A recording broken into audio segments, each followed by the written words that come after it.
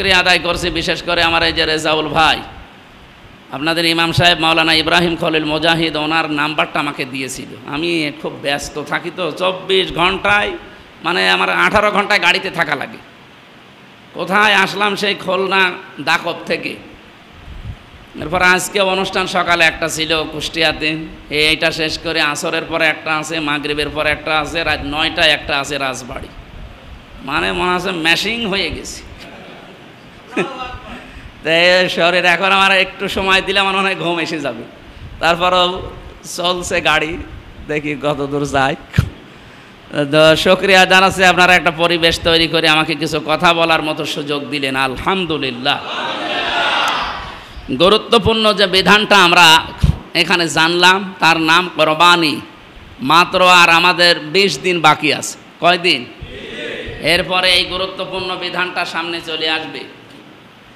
আল্লাহ তাআলা বলেন, শুধু তোমাদের উপরে দেয়নি, ওয়ালিকুল্লি উম্মাতিন জাআলনা মানসাকান, যত উম্মত এই পৃথিবীতে আমি পাঠিয়েছিলাম প্রত্যেকের ওপরে এই বিধানটা ছিল। কি ছিল? মানসাকান শব্দের শাব্দিক অর্থ 3টা। নুসুক থেকে মানসাকান এসেছে।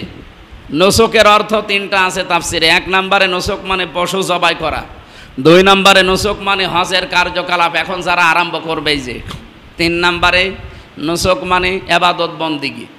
যেহেতু নুসুক মানেই একটা ঝামেলা, এজন্য 3টা অর্থের দিকে তাকান। 3টাই ঝামেলাপূর্ণ এবং কষ্টের কাজ। ইবাদত বন্দিগি কষ্টের কাজ না? হজের কাজ কষ্টের কাজ না? অনেক কষ্টের কাজ। আমি 26 বছর বয়সে গিয়েছিলাম, তাই যে কষ্ট। এই বুড়ো ধুড়ো মানুষ যারা যায়, আমার মনে হয় এদের হজ হয় না, কারণ ওদের ফরজও আদায় হয় না, খালি বসে থাকে। অথবা চেয়ার ভাড়া করে নেয়, একজনকে বলে ঠেলতে থাক। তা আপনি গেছেন হজ করার জন্য, এই জন্য যাদের টাকা পয়সা আছে, যদি ওই পরিমাণ মালিক হয়ে থাকেন, ওয়ালিল্লাহি আলান নাসি হজ্জুল বাইতি মান ইসতাতা ইলাইহি সাবিলা, যাবতীয় খরচপাতি বাদ দিয়ে যদি আল্লাহর ঘরে ঘুরে আসার মতো তৌফিক থাকে, তে যুবক বয়সে যাবেন। অন্তত যখন আপনার শরীরে শক্তি আছে। যদি শেষ বয়সে এরকম মালিক হয়ে থাকেন, আপনার যাওয়ার দরকার নেই। আপনার জামাইরে পাঠান, আপনার ছেলেরে পাঠান, অথবা একজন ভালো আলেমকে পাঠাবেন, আপনার হজ আদায় হয়ে যাবে। তাহলে আপনি নিজে যেয়ে হজও হচ্ছে না, বেকার টাকাগুলো খরচ হচ্ছে। আমি বহু বড় মানুষকে দেখেছি, ওরা পারে না। 7.5 কিলো 8 কিলোমিটার শুধু হাঁটা লাগে, তো বুড়ো মানুষ তো 1 কিলো পরে যেভাবে বের করে বসে থাকবে। আর এত দূর হাঁটা, কাবা শরীফে যদি নিচতলায় জায়গা না পান, উপরতলা দিয়ে যদি জায়গা ঘোরা লাগে, তো 7 পাকে 3.5 কিলোমিটার ঘোরা লাগে। আপনি পারবেন? আর যে রোদ, ওই দেশে যে ডিগ্রি চলে 45 ডিগ্রি 50 ডিগ্রি সেলসিয়াস, এর ভেতরে ঘোরা লাগে। এই জন্য আহ্বান জানায় আপনাদের, যাদের টাকা পয়সা আছে, যৌবন বয়সে যাবেন হজের এই গুরুত্বপূর্ণ বিধান। আর যদি না পারেন, বুড়ো বয়সে আপনার যাওয়ার দরকারই নেই, কারণ হজ আপনার তো আদায় হয়ে যাবে। আপনি যুবক কোনো মানুষকে পাঠাবেন, আশা করছি আপনারা বুঝেছেন। নুসুক মানে যেহেতু কষ্ট, হজের কার্যকলাপ, এই নুসুকের আসল অর্থ হচ্ছে কোরবানি। আল্লাহ পাক বলেন, এই পৃথিবীতে কোরবানির বিধানটা দিয়েছি কেন জানো? লিয়াযকুরু ইসমাল্লাহি আলা মা রাযাকাহুম মিন বাহিমাতিল আনআম। দুনিয়ায় যে সমস্ত জন্তু জানোয়ারগুলো জবাই করা হয়, এগুলো যেন অন্য কারো নামে জবাই না হয়। জবাই করতে হলে যেন আল্লাহর নামে হয়, কারণ এগুলো রিজিক। এগুলো কি? এখান থেকে একটা মাসলা বের হয়। আপনি রিজিক হিসাবে যদি কিছু খেতে চান, আল্লাহ বাদে অন্য কারো নামে খেতে পারবেন না। কিন্তু বাংলাদেশে বহু মাজার আছে যেখানে আল্লাহর নাম বাদ দিয়ে অন্যের নামে জবাই করা হয় রিজিক। গরু, ছাগল, দুম্বা, গরু, ভেড়া, বিভিন্ন জিনিস জবাই করা হয়, ইয়া খাজা বলে জবাই করে। আমি ব্রাহ্মণবাড়িয়ায় এক জায়গায় নিজে দেখেছি, ওখানে জবাই করছে ইয়ালি বাবা, অথবা ওখানে বলে কেল্লা বাবা, ফতে বাবা। এই যে তাহেরি সাহেব যে জিকির করে, এই কারণে করে, কারণ ওখানে কেল্লা বাবার মাজার আছে, ফতে বাবার মাজার আছে, শাহ আলী বাবার মাজার আছে। এই মাজারে যে ওরা জবাই করে আল্লাহর নামে না, কার নামে? আপনি মাছ ভান্ডারে যাবেন চট্টগ্রামে, একজনকে একদিন দেখলাম, যে আমি দেখার জন্য গেছি, আরে লাফানো লাফাচ্ছে, হাত চেপে ধরলাম, মুরব্বী মানুষ। আচ্ছা দাদা আপনি এত লাফান? আমি জিকির করছি। এত লাফিয়েও তো টেনশনে আছি জান্নাত পাবো কিনা। আর তুমি বসে বসে আসো, জান্নাতে যাবা, যদি জান্নাত পেতে যাও তো আমার সাথে লাফাও। আমারও বলছে লাফা। তাহলে এই আয়াতের সারমর্ম কয়েকটা। এক নাম্বার পেলাম যে প্রত্যেক জাতির ওপরে কোরবানি ছিল, এটা আদম নবীর সন্তানদের থেকে আল্লাহ আরম্ভ করেছিলেন, এখনো পর্যন্ত আছে, কিয়ামত পর্যন্ত এই বিধানটা থাকবে। বলেন সুবহানাল্লাহ। এত গুরুত্বপূর্ণ বিধান যে কিয়ামত পর্যন্ত থাকবে, আর দুনিয়া তৈরি হওয়ার পর থেকে এটা চলে আসতেছে। অথচ বছরে বছরে আসে, আমরা সেই গুরুত্বটা বুঝি না, খালি জবাই করে গোশত খেয়ে শেষ করে দিই। এটার জন্য তো কোরবানি আসে নাই। কোরবানি কেন এসেছিল আমরা সেই কথাগুলো এখন একটা একটা করে বলতে চাই ইনশাআল্লাহ। প্রতিটি জাতির ওপরে একটা বিধান আল্লাহ দিয়েছিলেন কোরবানি, আর সিস্টেমটা আলাদা ছিল। অন্যান্য নবীদের শরীয়তে কোরবানির নিয়মটা আলাদা ছিল। তাদের কোরবানি ছিল কেমন? হযরত আদম নবীর জামানার কোরবানি ছিল এরকম ময়দানের ভেতরে জবাই করে পশু রেখে আসতো। যার টাকা হালাল, যার কর্মজীবন হালাল, যার পবিত্র, ও আকাশ থেকে আগুনের ঝলক এসে ওটা পুড়িয়ে ফেলতো।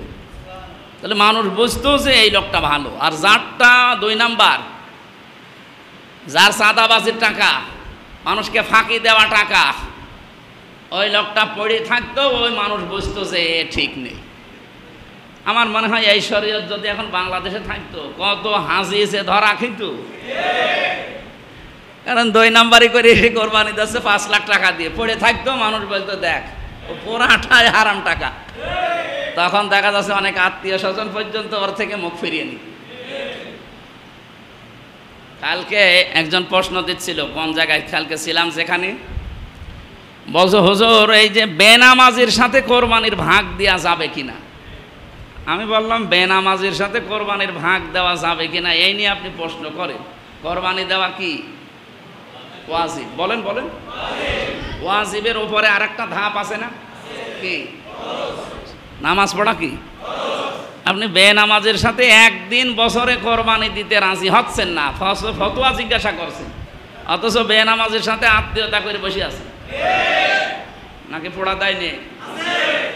একটু খেয়াল করে, আপনি ওয়াজিব পালন করতে গিয়ে ফতোয়া চান যে ও নামাজ পড়ে না, আমি ওরে ভাগ নেব না। কারণ বেনামাজি মানুষের সাথে ভাগ নিলে আপনার কোরবানি হবে না। এই জন্য যারা নামাজি আছেন নামাজিদের সাথে ভাগ দেবেন, আর যারা বেনামাজি আছেন বেনামাজির সাথে ভাগ দেবেন। কারণ ওটা তো এমনও কবুল হবে না, ও ছাতা যেখানে যায় যাক। আমরা যারা অন্তত নামাজি, ফাসাল্লি রব্বিকা ওয়ানহার না শুরু করে, মানুষ যেন বলে যে ছেলেটা নামাজি। এই জন্য আল্লাহ লি রব্বিকা দিয়েছে, নামাজ পড়লেই হবে না। কার জন্যে? রবের জন্য পড়া লাগবে। এর পরের অংশটা ওয়ানহার, কোরবানি করেন। নামাজ যে পড়ে না তার কোরবানির বিধান তো পড়ে, আপনি 1 নাম্বার নেই, 2 নাম্বার আপনাকে দেবে। আশা করছে আপনি বুঝেছেন, বেনামাজের সাথে কোরবানি দিলে ওরটাও যেমন হচ্ছে না, কারণ ওর নামাজ নেই। আগে 1 তারপরে তো 2 হবে, নাকি 2 তারপরে 1? সিরিয়াল আমরা আল্লাহ বানিয়েছেন, আমরা বানাচ্ছি না।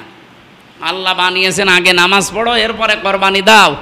সুতরাং আপনি আশা করছি আজকে থেকে সিদ্ধান্ত নেবেন, দরকার একটা ছাগল 8-10 হাজার 20 হাজার টাকা দিয়ে কিনে দেবেন, তাও বেনামাজের সাথে ভাগ দেওয়া যাবে না ভাই, কারণ ওরটাও হচ্ছে না, আপনারটাও মাঠে মারা যাচ্ছে। আর এটা যত গুরুত্ব দিয়ে আপনি মনে করেন সামনে 20 দিন পরে পালন করবেন, এই পালনটা যদি ইসলামের প্রতিটি বিধানের ক্ষেত্রে আপনি মানতেন যে এর উপরেও আরো কিছু জিনিস আছে, ওয়াজিবের উপরে কি, আর ওয়াজিবের নিচে কি সুন্নত, এর নিচে নফল, এর নিচে মুস্তাহাব, এর নিচে মুবাহ, এর নিচে জায়েজ, এর নিচে হারাম। কতগুলো স্তর পার করে যাওয়া লাগছে আপনি বলেন। হারাম থেকে আপনি আরম্ভ করেন, এরপরে আপনি মুবাহ, জায়েজ, এরপরে মুবাহ, এরপরে মুস্তাহাব, এরপরে সুন্নাত, সুন্নাত আবার 2 প্রকার, এরপরে আসছে ওয়াজিব, এরপরে ফরজ, ফরজ আবার 2 প্রকার, ফরজে আইন, ফরজে কিফায়া। এই পৃথিবীতে সবচাইতে বড় ফরজ ফরজে আইন, যেটা ওই ফরজে কিফায়ার মতো জানাজার নামাজ 2-5 জন পড়ে দিলেই হবে তা না, ওটা তো ফরজে কিফায়া 8-10 জন পড়ে দিলে এলাকার মানুষের পক্ষ থেকে আদায় হয়ে যায়। কিন্তু ফরজে আইন যেটা, সেটা হচ্ছে আল্লাহর এই জমিনে আল্লাহর সিদ্ধান্ত বাস্তবায়নের জন্য চেষ্টা করা। এই কাজটাকে কেউ রাজনীতি মনে করে, কেউ দুনিয়ার কাজ মনে করে, অথচ এটা যে একটা ফরজ কাজ, নামাজের চাইতেও বড় ফরজ। কারণ ওইটা না থাকলে আপনি সঠিকভাবে নামাজও পড়তে পারবেন না। আমাদের দেশে যেহেতু ইসলাম বিজয় নেই, এই জন্য আমরা নামাজ যাই পড়ি, নামাজের কোনো শিক্ষায় আমরা পালন করতে পারছি না। নামাজের 27টা শিক্ষা আছে। এর প্রথম শিক্ষা এই যে যারা কাতারে দাঁড়াবেন, এই কাতারের প্রথম শিক্ষা নেওয়া লাগবে যে কাতার যেন বাঁকা হয়। কাতার সোজা হওয়া লাগবে কেন? কয়েকটা জিনিসের ভেতরে পাওয়া যায়। এক নম্বরে, কাতার বাঁকা যদি করেন, যার কারণে বাঁকা হবে তার অন্তর আল্লাহ হেদায়েতের পথ থেকে বাঁকা করে দেবে, এবং ওই কাতারের জন্য যত গোনা হবে বাঁকা হয়ে, সব গোনা তার আমল নামায় যাবে। 2 নম্বরে, কাতারের শিক্ষা হচ্ছে এখানে যেমন সবাই আল্লাহর একটা বিধান পালন করবেন, এজন্য এক হয়ে গেছে। আল্লাহর বিধান কয়টা এখানে? সেজদা দেওয়া। এই বিধান কার? এই বিধানটা পালন করতে যদি এখানে সবাই এক হয়ে যেতে পারি, বলেন এরকম বিধান আল্লাহর এখনো কোরআনে কয়টা আছে? 500। কয়টা? তো একটা মানার জন্য যদি 5 বার এখানে আসা লাগে, কাতার দেওয়া লাগে, এত কষ্ট করে একটা বিধানের জন্য, এখনো 499টা পড়ে আছে, ওইগুলোর জন্য কিছু করা লাগবে না? ওইগুলোর কথাই তো বলি। আর ওই কথা বলতে গেলে আপনার কাছে রাজনীতি মনে হয়, নামাজের কথা বললেও তো রাজনীতি মনে হওয়ার দরকার ছিল। আজ এই শিক্ষাটা কাতারের নেই, এই জন্যই তো সারা দুনিয়ায় মুসলমানরা মার খাচ্ছে। আপনারা দেখেছেন কালকে ভারত আবার উল্টাপাল্টা মন্তব্য আরম্ভ করেছে পাকিস্তান নিয়ে। এত মার খেলো কুকুরের মতো, এরপরও লজ্জা আছে? কুকুরের গরুর মদ খাওয়া জাতি তো, এদের কোনো লজ্জা নেই। আর এদের বিশ্বাসও করা ঠিক না। বিশ্বাস করেই তো দেশটা রসাতলে গিয়েছিল। 24-এর বিশেষ করে যে চেতনা, 71-এর চেতনা যাই ছিল, 24-এর চেতনা কিন্তু আর ওই চেতনা নেই। এই চেতনাটা আলাদা। এই চেতনা কারো কাছে অন্যায়ভাবে মাথা নত করা শেখায়। ওরা সারা জীবন আমাদেরকে এই 54 বছরই নত করে রেখেছিল। আমরা অনেক উপরে চলে যেতাম, সিঙ্গাপুরে গেলাম, মালয়েশিয়া গেলাম, থাইল্যান্ডে গেলাম। ওরা 2004 সালের পর থেকে দাঁড়িয়ে গেছে বিশ্বের মানচিত্রে। এখন যদি 10টা দেশ বলেন, তো সিঙ্গাপুর একটা, অথচ একেবারে 100 দেশ। আমার কুষ্টিয়া জেলা মনে হয় এই মাথা থেকে ওই মাথা কমপক্ষে 80 কিলোমিটার হবে। আপনি সেই দৌলতপুর থেকে আরম্ভ করে খোকসা পর্যন্ত যান, 80 কিলো তো হবেই, অথচ সিঙ্গাপুর মাত্র 42 কিলো। এই মাথা থেকে ও মাথা কতটুকু? আমাদের জেলারও অর্ধেক। অথচ এতটুকু একটা দেশ বিশ্বের মানচিত্রে আজ দাঁড়িয়ে গেছে।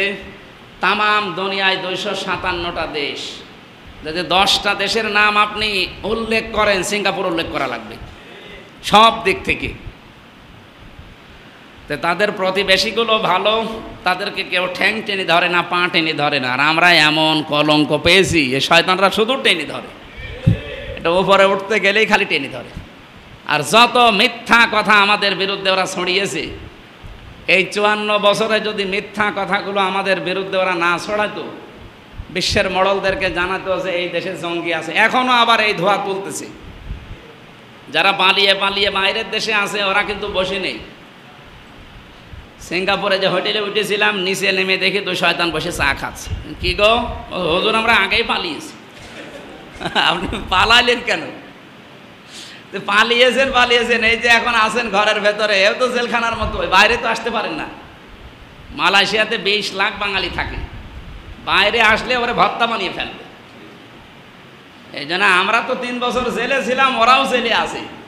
খালি আমরা ওই মোবাইল ছিল না আর খাবার দাবার ভালো ছিল না, আর ওদের মোবাইল আছে, খাবার দাবার ভালো আছে। এই বাইরের কোনো কিছুই ওদের আর মন মতো নেই। এই 9 মাস কয়দিন চলছে বাংলাদেশে বলেন, একটা জঙ্গি ধরা পড়েছে? কারণ জঙ্গির নাটক যারা সাজাবে তারাই তো পালিয়েছে, আর যাদেরকে দিয়ে মন্তস্থ করবে তারাও পালিয়েছে। এই জন্য কেউ জঙ্গি, এদেশে জঙ্গি নেই, আন্দাজে বানিয়েছে আমাদের নামে, যেন আমরা দেবে থাকি। এখন আবার এই 4-5 দিন শুনছি এই সুর তুলছে যে পালিয়েছে, সে বসে বসে এই সুর তুলছে। বিশ্বের মডলদেরকে জানাতে চাচ্ছে যে এই দেশে আবার জঙ্গি মাথা ছাড়া দিয়ে উঠতেছে।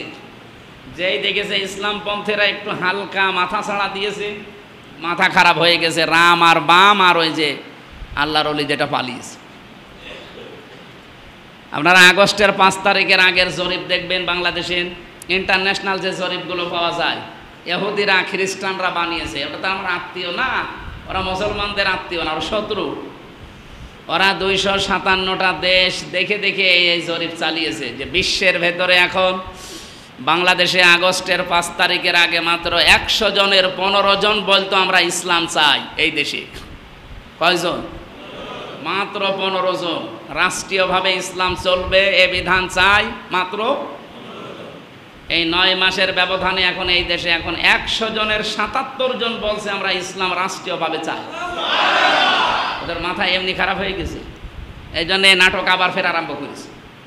যদিও বিশ্বের মোড়লরা এখন আর বিশ্বাস করে না, কারণ এমন তামাম দুনিয়া জানিয়ে দিয়েছে সবচাইতে বেশি মিথ্যা কথা বলে ভারত। এদের মতো এত মিথ্যা কথা দুনিয়ায় কোনো দেশে বলা হয় না। আমি মালয়েশিয়া ইন্টারন্যাশনাল ইসলামিক ইউনিভার্সিটি, যেটা ওখানে এই পাশ দিয়ে যাচ্ছিলাম, ওখানে 120টা দেশের ছেলে মেয়ে লেখাপড়া করে। আমার একজন বছর হুজুর হয়েছে মোবাইল পড়ে আছে। এই রাস্তা দিয়ে যদি শুধু বাংলাদেশ আর ভারতের কোনো মানুষ না যায়, তা কিয়ামত পর্যন্ত মোবাইল এখানে পড়ে থাকবে, কেউ নেবে না। কোন দেশের নাম বললো? বলেন, মোবাইল পড়ে আছে ভার্সিটির ভেতরে, কেউ নিচ্ছে না। উনি আমারে বলছে, ওর বাড়ি হচ্ছে থাইল্যান্ডে, ইংরেজি দিয়ে আমারে বলছিল যে হুজুর এই মোবাইলটা যদি এখানে পড়ে থাকে আর বাংলাদেশ আর ভারতের লোক যদি এর পাশ দিয়ে না যায়, কেউ নেবে না, কিন্তু এই 2 দেশের লোক যদি যায় গায়েব করে ফেলবে। আমাদেরকে এই দাবিয়ে রাখার জন্য যারা চেষ্টা চালিয়েছিল, এ দেশ আর দেবে থাকবে না ইনশাল্লাহ। আন্তর্জাতিক এই চক্রান্তগুলো মোকাবেলা করার জন্য আমাদের ইমানের যে শক্তি আছে, শিরিক মুক্ত, জুলুম মুক্ত করা লাগবে। আর আল্লাহর সাহায্য সর্বোপরি। এই 20 দিনের এই কোরবানির শিক্ষাটা নেওয়া লাগবে। খুব কঠিন এবং গভীর ষড়যন্ত্র চলছে। দোয়া একটা মুখস্থ করে অধিকাংশ সময় পড়বেন, আল্লাহুম্মা ইন্না নাজআলুকা ফি নুহুরিহিম ওয়া নাউযু বিকা মিন শুরুরিহিম। হে আল্লাহ, আমার বিরুদ্ধে যারা ষড়যন্ত্র করে তাদের মোকাবেলায় আমি তোমাকে রাখলাম।